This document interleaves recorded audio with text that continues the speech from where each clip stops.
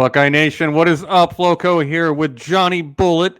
Ohio State football with Scarlet and Great right here on YouTube. Please smash that like button, subscribe to the channel, free Buckeye content as much as we can with our busy lives. But in the middle of your busy life, when you have time, check out the podcast, check out the YouTube channel. We appreciate and love all you guys. Go Bucks, as always. Johnny, how you doing? I'm good, man. Long day at work, long Monday, you know. I had a case of the Mondays, but we're doing all right. I'm not as miserable as some of our fans, if that. Never, no, that's an everyday thing for them. No. Just on Saturdays. They look forward to Saturdays so they can be miserable. Like, yes, I get to be really upset today. That's awesome. Yeah, we look forward to Saturdays to have fun with family and friends and watch a good football game. They look forward to what can I be pissed off about today? Yeah. That's pretty much it. Yep. Johnny Bullet, my good friend, my brother from another mother, love you to death, dude. You have some thoughts on the quarterback situation going on at Ohio State right now. Obviously, coming off the Wisconsin game where we did win by 2 scores, which is a good win. We rarely ever win by double digits against Wisconsin. Kyle McCord did not have a great game. There's a lot of things that need to be cleaned up. And honestly, sometimes he just doesn't even look like he is confident out there.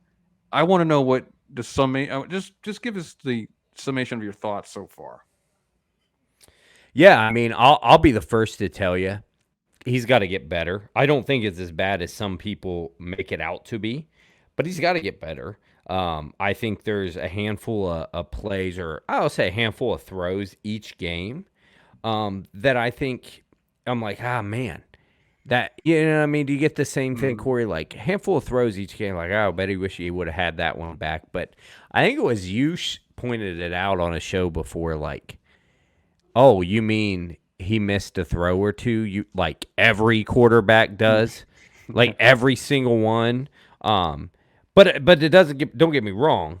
He still needs to get better. I think, 226 yards on a game like this, I think you'd want to see a little more than that. Yards per attempt, I'd like to see a little higher. Not a great game, but again, I think the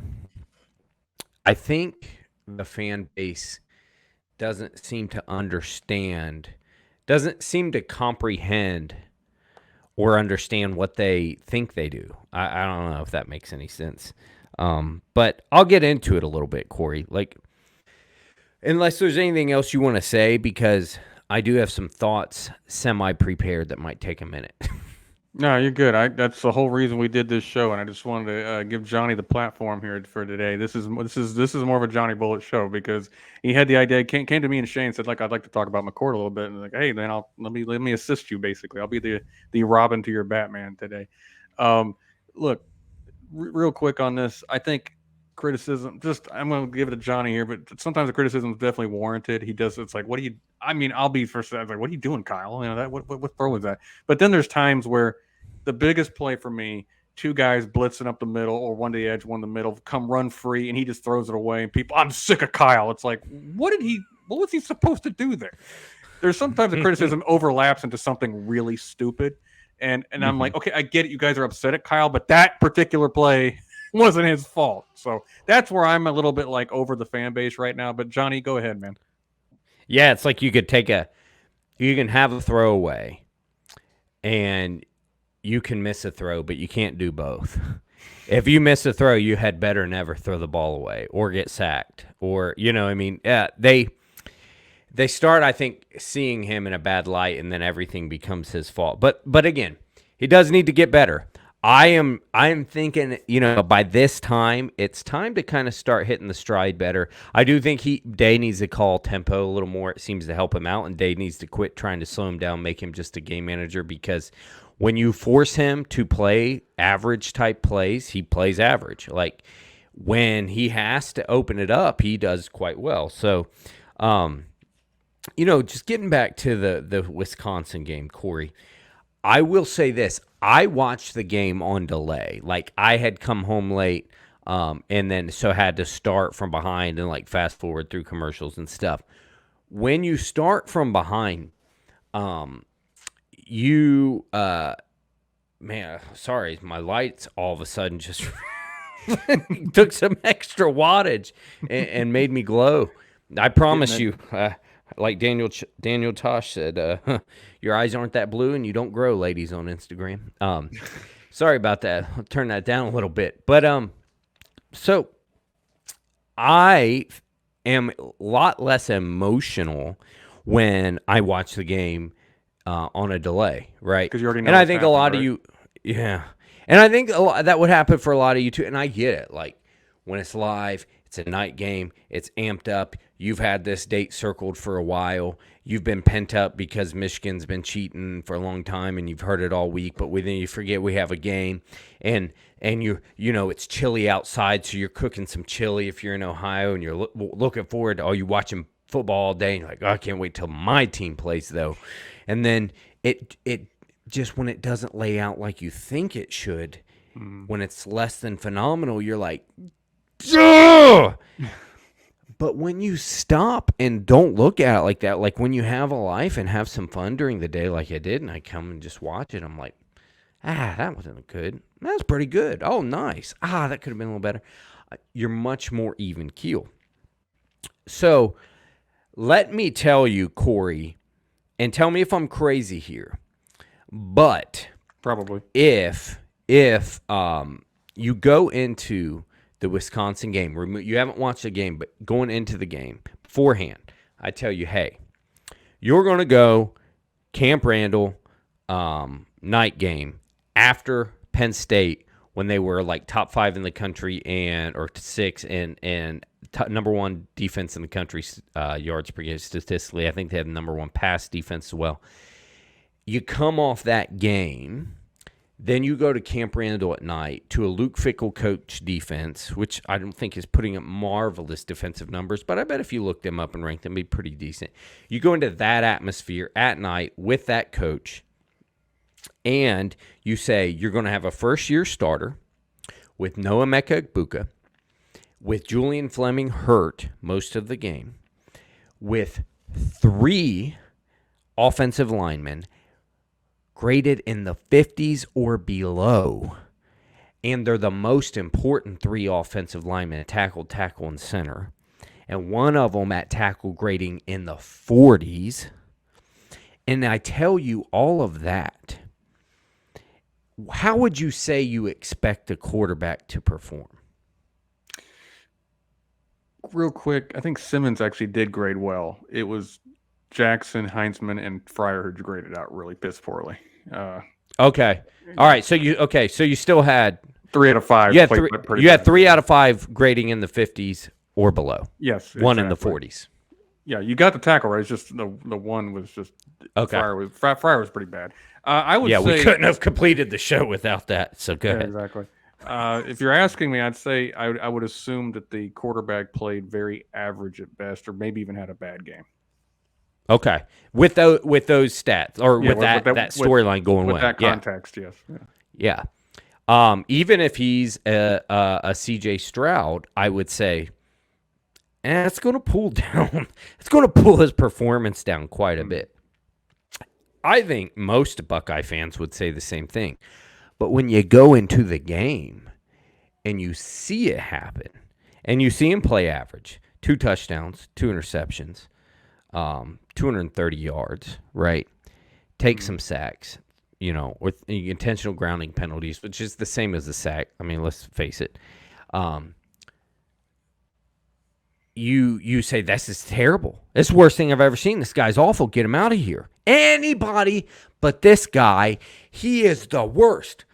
And I'm like, you seeing who's playing over on the other team? Did you watch the guy last week play? By the way, the guy that some of you said in week 1 we should have had instead of Kyle McCord and Drew Aller, you've seen what bad quarterback, like legit bad quarterbacks look like. That's not what they look like, given all that context. So what I hear from Buckeye fans is, I understand it. I just don't want to see it. I think a quarterback would probably struggle. I don't want to see it. And I'm like, okay, so it's different when you see it. Coming into the season, Corey, everybody said, hey, we got to break in a first-year starter, 3 new O-linemen, This time I am right. Tackle, center, 3 new linemen, 3 of them are in the NFL.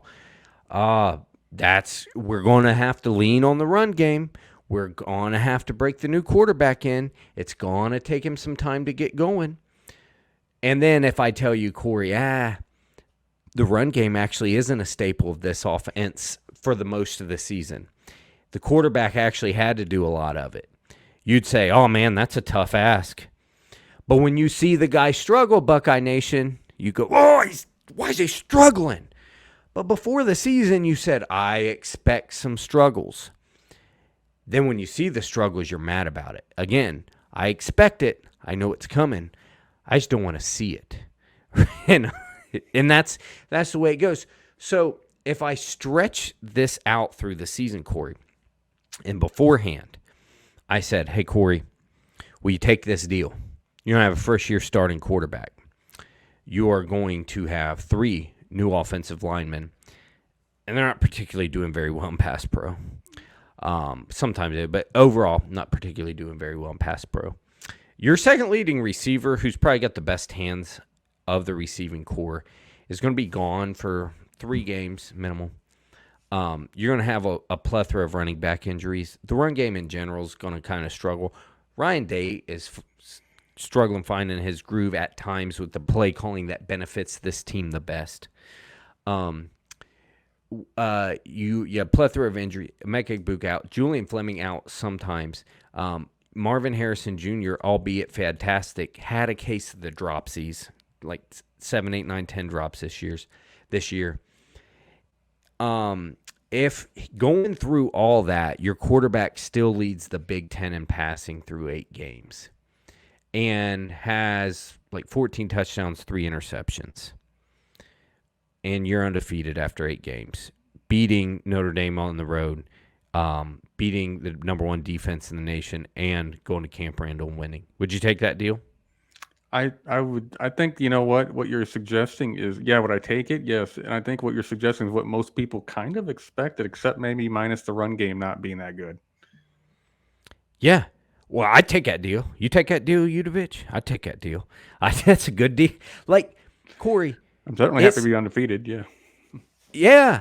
And 14 touchdowns, 3 interceptions, leading the Big Ten in passing with all that. You mean passing yards, right? Passing yards, yeah. Okay. He's 4th in the nation, like QBR or something like that, too. That's what's crazy. Right. With all that going into it, you'd go, yeah, I'll take that. And you'd say, but there's going to be times that's less than perfect. Once again, you just don't want to see it.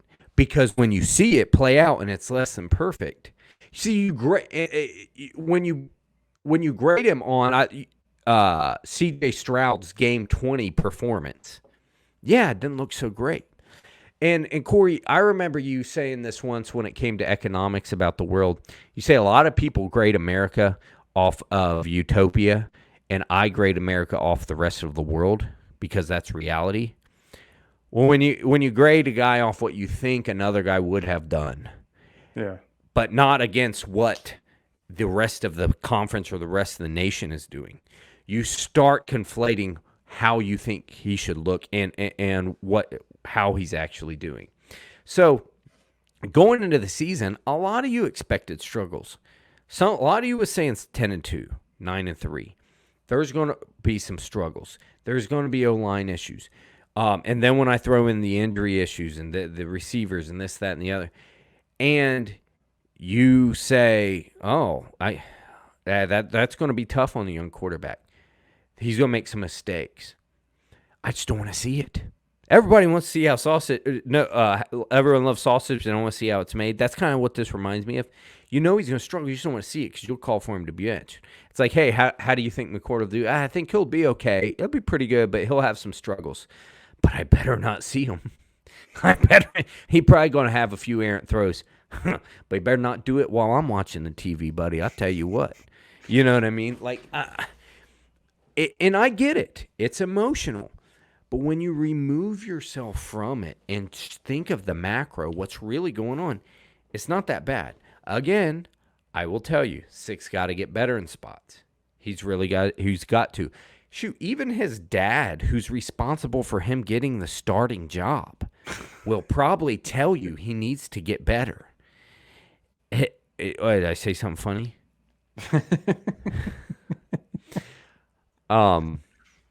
He will tell you he needs to get better.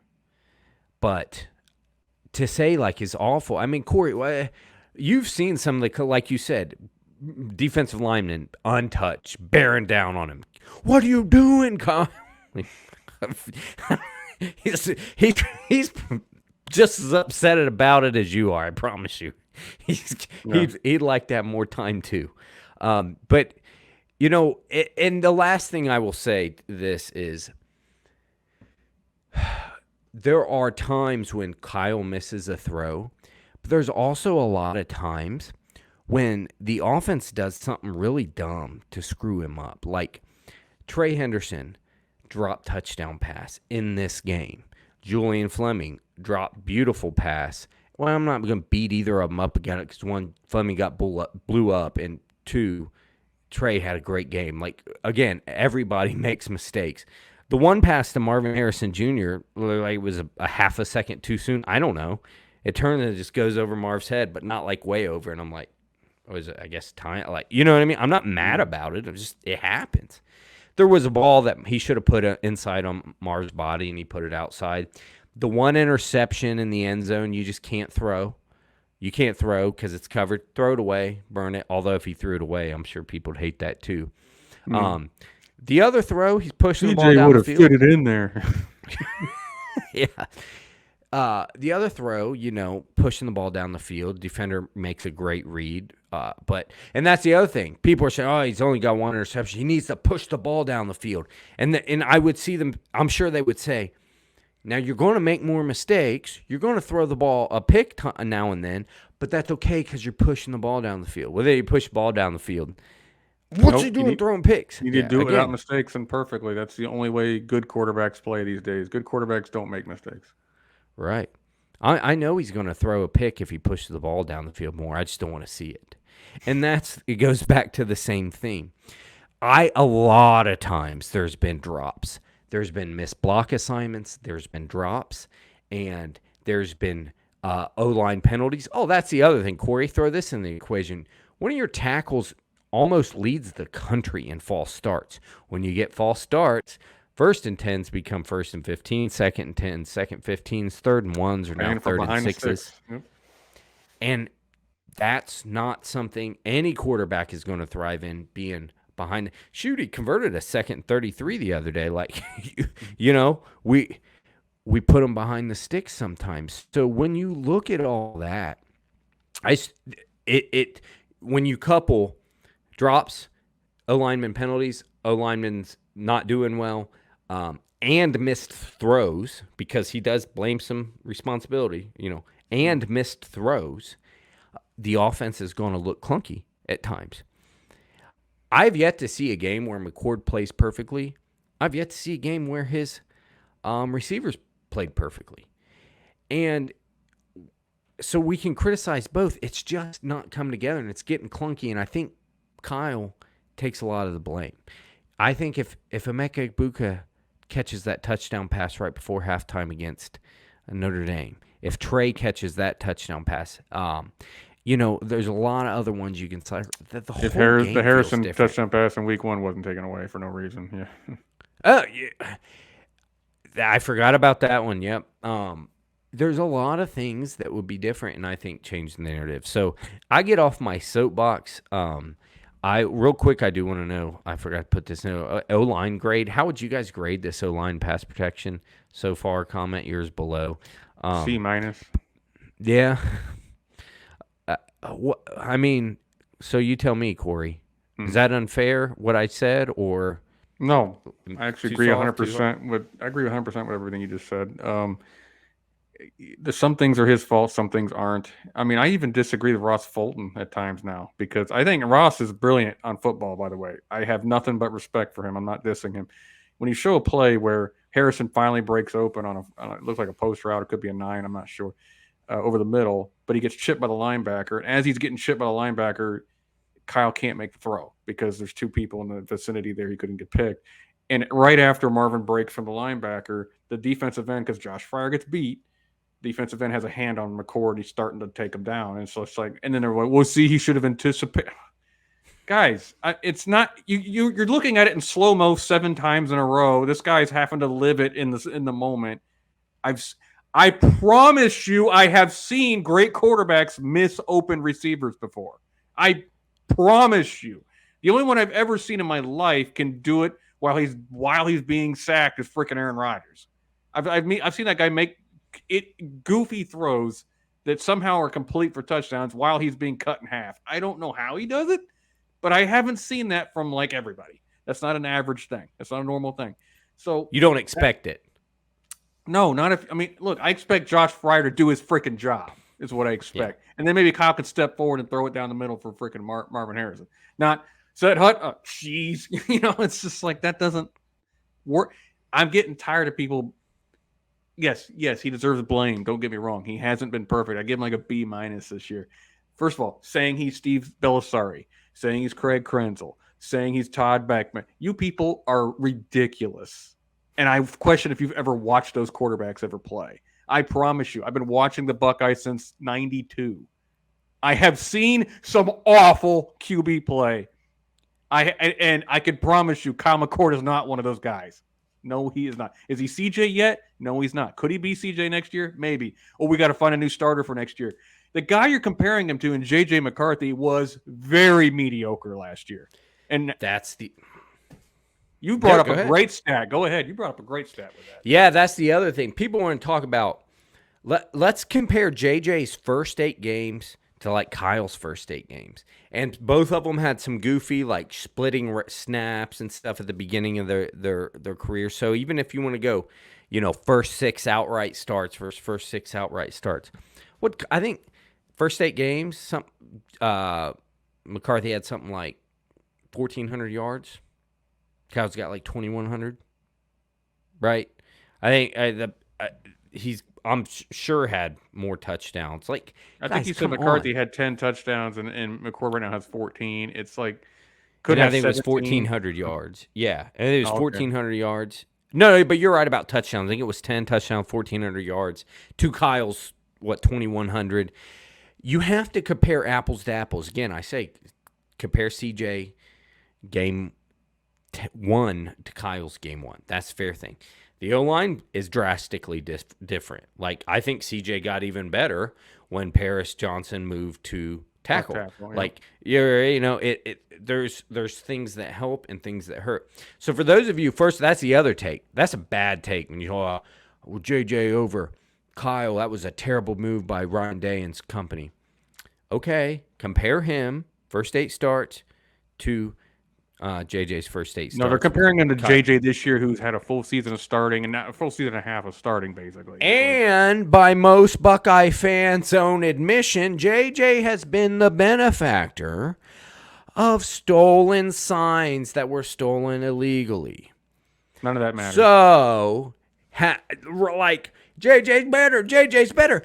All week you just said he knew what was coming. Oh, so what is it? So what is it? You know what I'm saying? And statistically, the first 8 games of Kyle's career and the first 8 games of JJ's, is there any comparison who faced the better defenses at all? Like, come on. Not to mention JJ this year hasn't played a darn team yet. At all. Not yet this year. And he knew what was coming. Yeah. Allegedly. But probably. Probably. But definitely. But definitely. Yeah. And obviously. But maybe. Allegedly. But maybe an allegedly. Oh, Johnny, you feel good after getting all that off your chest? I do. Can't wait for the comments that are just going to be Devin Brown time. Chef's kiss. And by the way, we don't dislike Devin Brown. Despite the fact Devin Brown stands are insufferable, I actually think Devin Brown's a baller. I think he's a good guy, and I'm pulling for him.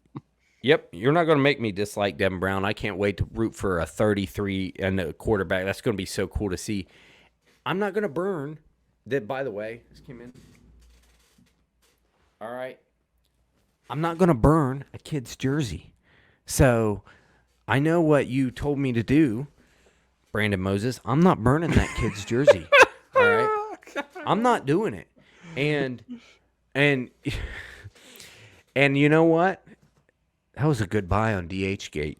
Came in only 2 weeks. It was pretty cheap, and it gave those kids in China who needed a job some income and job security. That 25 cents a day was worth it. And to be honest with you, off the subject, people who burn jerseys are morons. Just saying. They're just more. You've already paid for it. Why are you an idiot?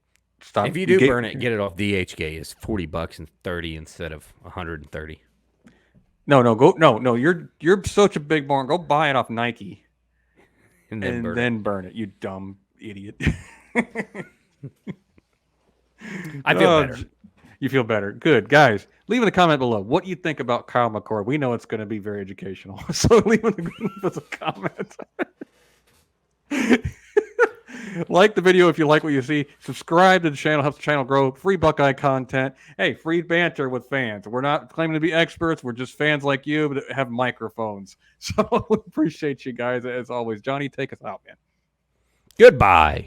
God bless. And go Bucks.